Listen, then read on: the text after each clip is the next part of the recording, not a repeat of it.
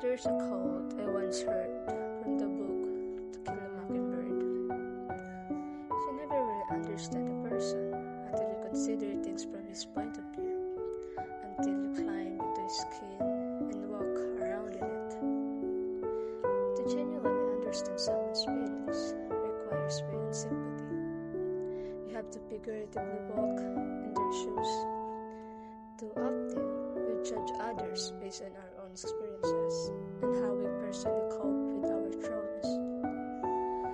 We expect people to adapt to the same methods we used in the past.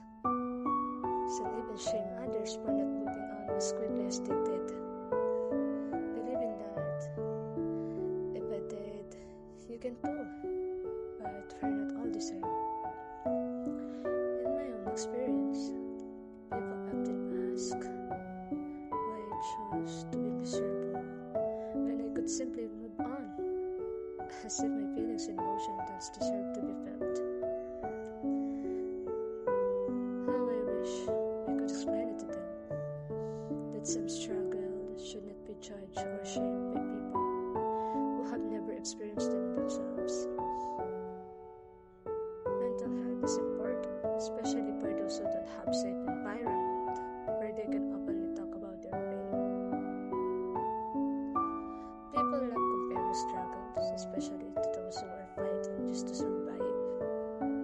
Even when you explain that every situation is different, some still refuse to understand that life has a way of teaching lessons that words cannot.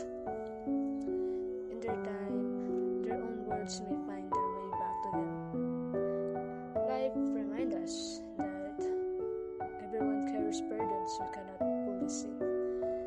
And because every struggle is different, no one deserves to have their pain judged, dismissed, or minimized. To the person reading this, we all healed in different timelines. Take as much time as you need to heal.